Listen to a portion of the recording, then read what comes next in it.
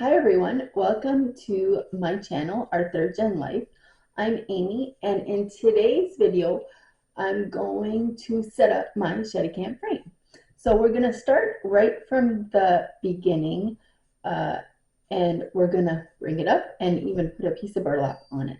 So I hope you can join me along for the ride, and yeah, that's what we're going to do today.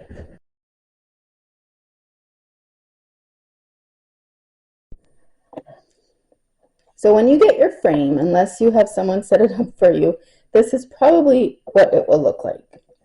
Now, this one I got from my grandmother's. So my grandmother hooked on it, my mother hooked on it, and now I'm hooking on it. And so it's very special. So I pulled it apart to show you guys. So the two parts here, those are the two rollers. And then the two side pieces, okay?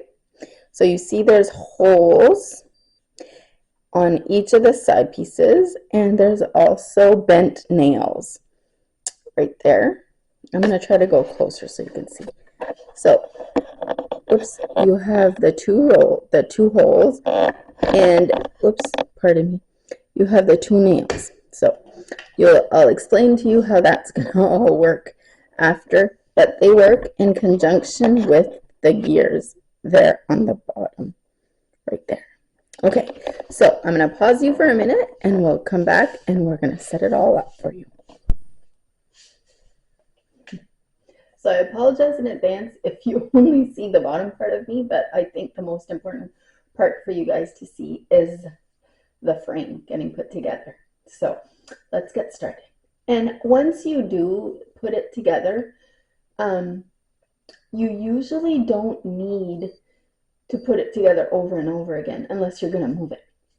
All right, so let's see. So you have one piece, you have two pieces. These are the side pieces. So you want to make sure that these two gear parts are on the same side. And the two parts that with the canvas that you're going to tie your burlap on have to be facing each other when you put them on the frame. So you're going to put, excuse my button, you're going to put one there, and you're going to put one here. Now, if you have a partner in crime to help you, it is so much better. But I just wanted to show you that it can be done by yourself. Then you hook up the other one. So you line up the two holes and you push them together. Okay. So then it's set up. You have whatever kind of nails you're going to have. Will be probably different for each frame, but that doesn't matter. Now that your two gears are on the same side, your nails are on the other, and your burlap, your canvas piece that you're going to turn the burlap, you're going to sew the burlap on, are facing each other. So that's the first part. So now let's get some burlap or linen put on there.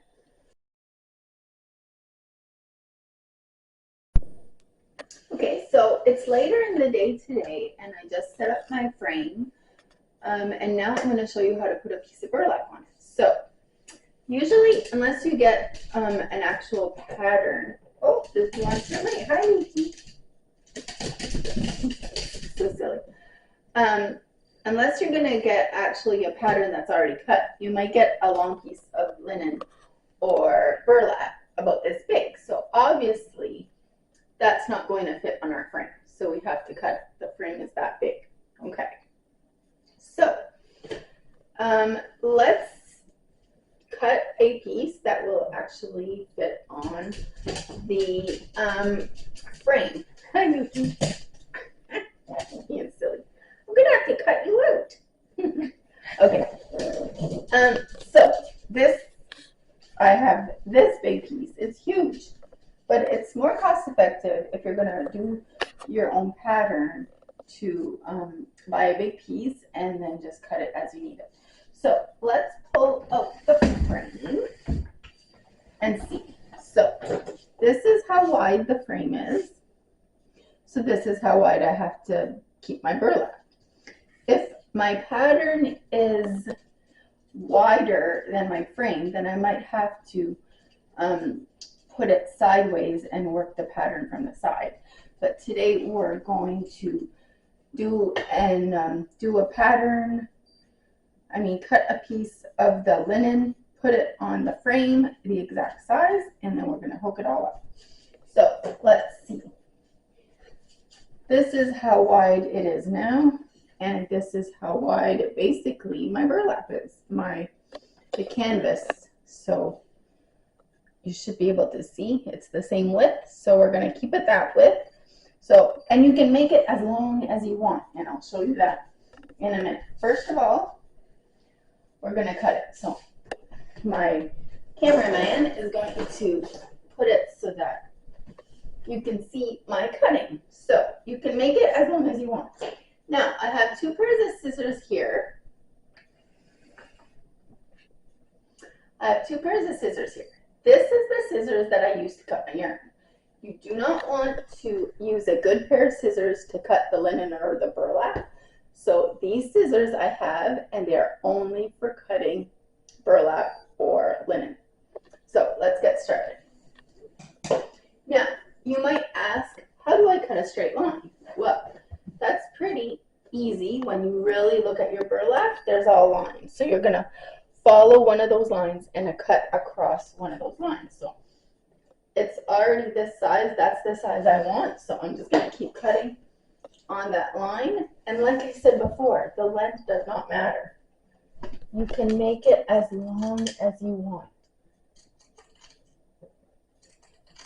It can be really long if you want to be able to put more than one piece on it, or if you're like me and you like to finish them as soon as they're done to be able to see them, then you'll want to keep your burlap smaller.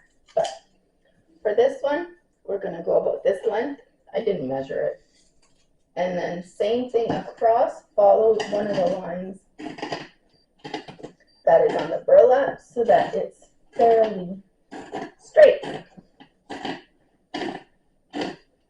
And remember, whatever scissors you use for cutting burlap or linen, use them only for that, because it seems to really dull them really fast. So I put those aside because those are only used for burlap or linen, and these are the ones that stay on my frame to cut the little pieces of yarn off. Okay, so this is done with this. I will fold it later. Although if I leave it where the dog can go on it, he's going to want to sit on it. So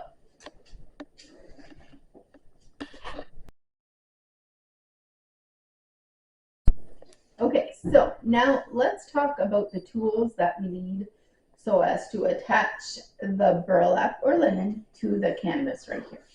So we need a good needle. It's fairly, the eye of the needle is fairly big because we need to use one of 2 things. I have this line that I've had forever, but you see it's really thick. Okay, or you can also use twine,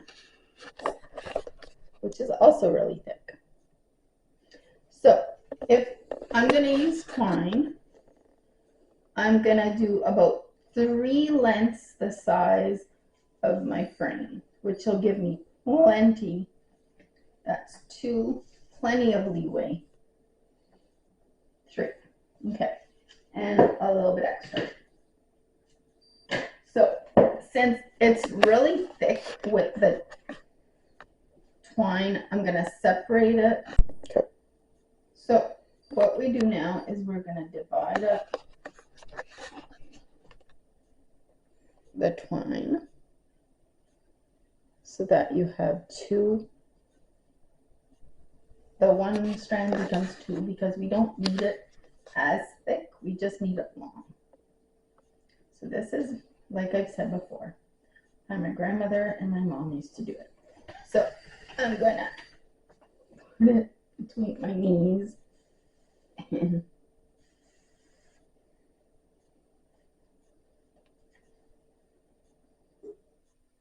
reminds me of when the kids were on a swing and they would go around and around in circles. Okay, so unravel it all to go from two to one strand.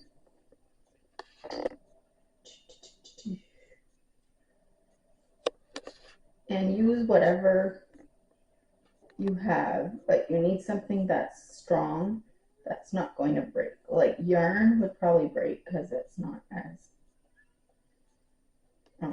strong for this, because you're gonna see that you need to tighten it all really good. Okay, so I'm gonna have more than likely a piece for each side out of that one. Okay, so now comes the fun part. Putting your burlap or linen on the canvas, on the rollers. So you start with a knot,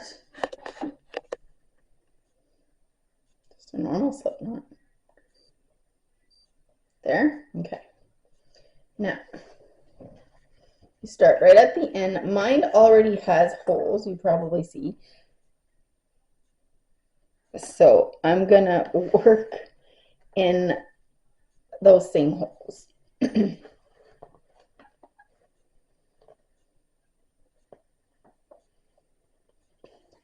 So you're gonna sew the whole thing all the way down.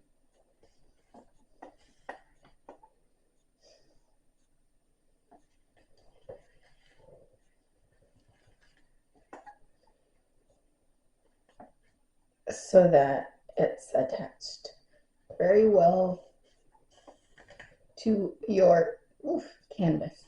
It's always little threads. So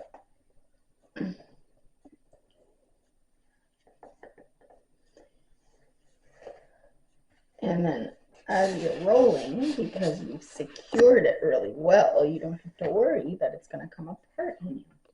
Because I have had it come apart when I haven't secured it tight enough, and that's no fun. If you're in the middle of a project and you're busy doing your hooking, you don't want to have to stop to redo your burlap. So, and how wide apart should the holes be? A few centimeters. You can do it more, it depends. I just like it really secured, so if you go close up, you can see. A thumb's width is what I do. My son is being my cameraman. He's used to watching me do my projects with all kinds of yarn all over the place. And he's seen his grandmother do it and his great-grandmother do it, I'm thinking. But unfortunately now, my grandmother, who is 89, her eyesight is not very good.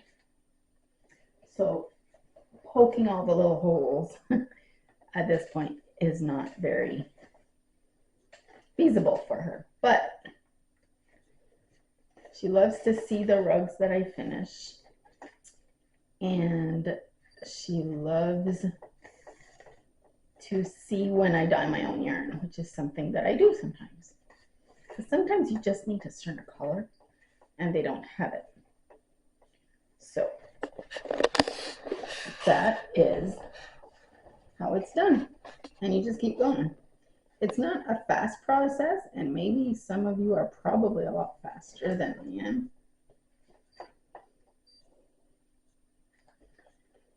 And then after this side is done, you just turn the frame around and you do the other side the exact same way, in and out. And it's kind of meditative. Meditative? Is that a word? I think so. If you're doing it and you're not talking and you're just listening to the sounds, it's like ASMR, right? I guess. But yeah, so you do this, it's gonna look like that, and then you keep going all the way around. Do you want me to pause it until you're done with this side and move on to the next? Sure, we'll pause it and then we'll show you when it's all done.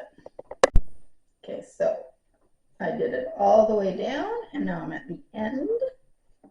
So I'm just gonna, the last stitch that I'm doing, I'm just bringing it through, just like if you're cross stitching or doing anything like that, just to tighten it up. And then this, see, I have all this left. So now we turn and get our other piece of thread.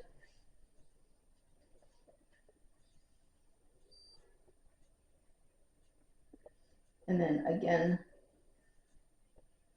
do a knot at the end.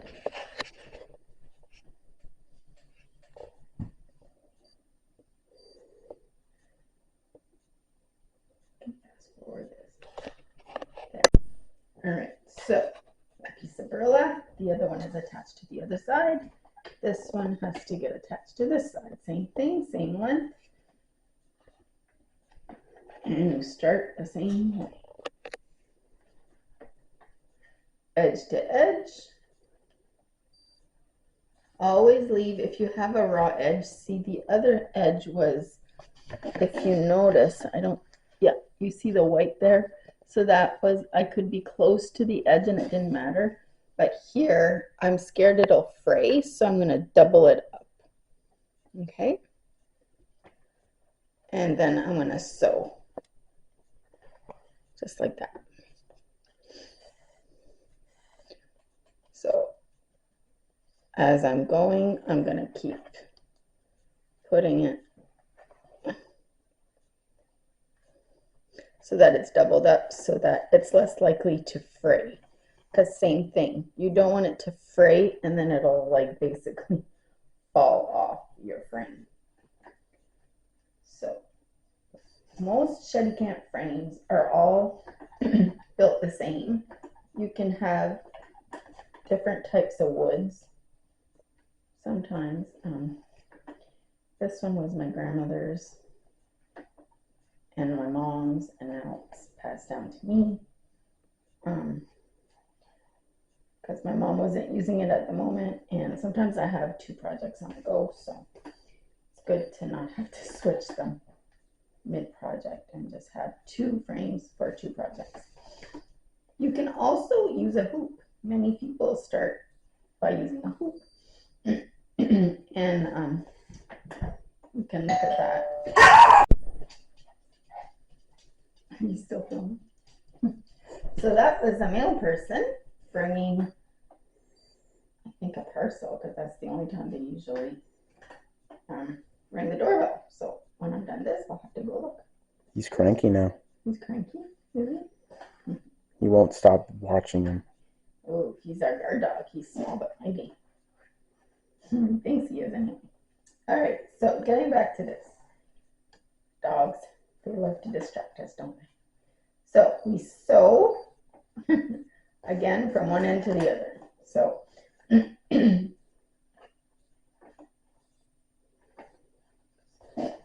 so now Loki. I'm thinking, what am I going to stamp? That's the word that we used growing up. What are we going to stamp or draw on our burlap or linen? I finished a water scene not long ago, like the other day. I'll show that to you another day, because that's one of the projects that I was delving into using different yarns. So it's kind of very interesting. I think it's very cool to. We need to cut his nails soon. We do. He sounds like a woman in high heels. You can hear the click, which means you have to cut Oh, toenails. Very true. So what's the weather like where you are? Here it is actually finally sunny. We had to close the curtains so that we wouldn't have all the sun, but it's really nice out actually. So sometimes you'll get those, so you just have to kind of try to make them work. If not, you have to cut it and not start again, but start from where you left off. So hopefully, so you just keep turning it, see? You keep turning the burlap so it's doubled as you sew. So I hope when you're watching this that you're actually setting up yours. That would be cool.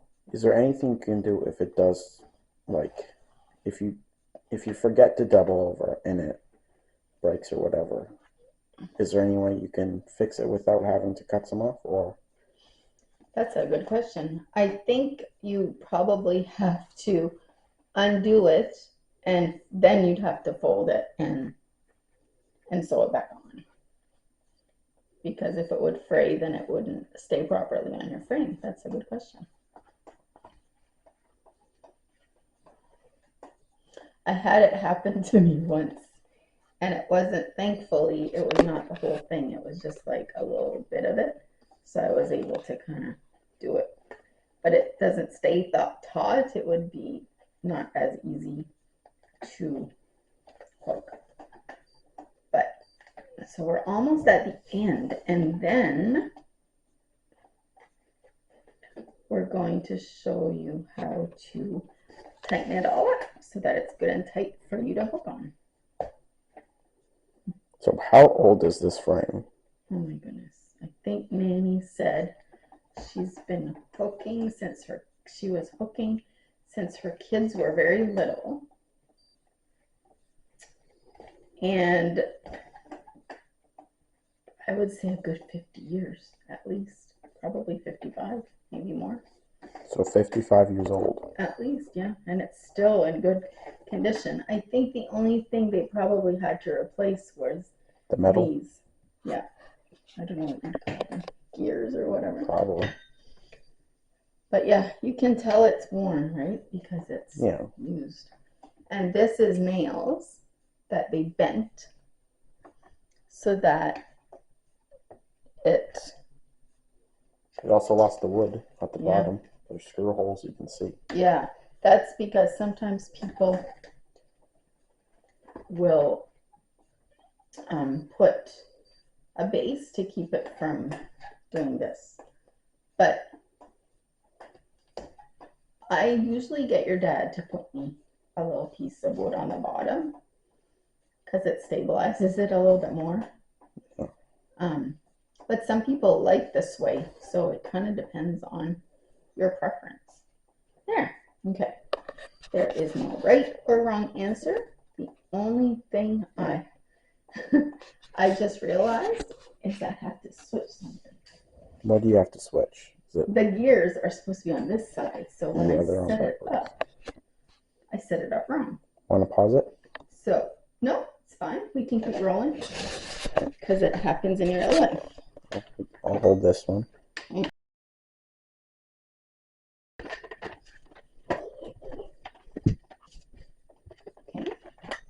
Then, okay, come on. Do you want me to just push it off? Sure. Put your foot. Okay, no, move your hands, please. There. Okay, so we got to actually turn it like this. So you get two setups. Okay. Now you're going to see how we do it if I do it two people. There. Okay. You want to hold this? Sure.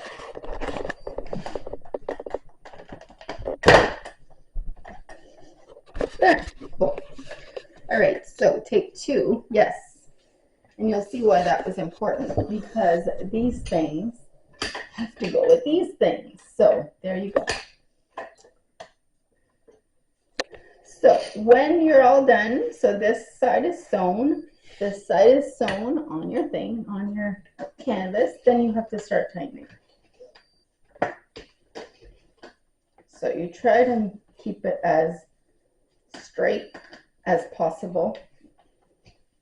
You don't worry about the tautness now because that's going to come.